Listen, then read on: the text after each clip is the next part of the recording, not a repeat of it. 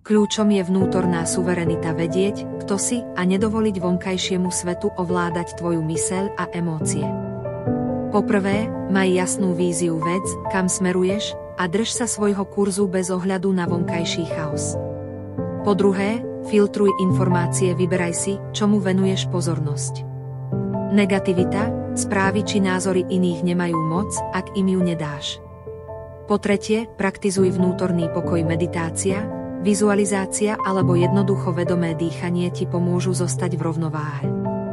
Po štvrté, nediskutuj zbytočne, nie každý musí rozumieť tvojej ceste. Sústreď sa na vlastný rast. Po piate, ži v prítomnosti, nerieš minulosť ani budúcnosť. Tu a teraz je tvoj mocný bod tvorby. Po šieste, obklop sa inšpiráciou, hudba, knihy, umenie, príroda, čokoľvek, čo podporuje tvoju energiu. Po siedme, dôveruj procesu, svet sa mení, ale ty si tvorca svojej reality. Drž si svoj vnútorný svet stabilný a vonkajší sa prispôsobí. Predstavuj si želanú realitu. Medituj. Praktizuj vedomé dýchanie. Toto ti umožní byť v tomto svete, ale nie byť ním ovládaný.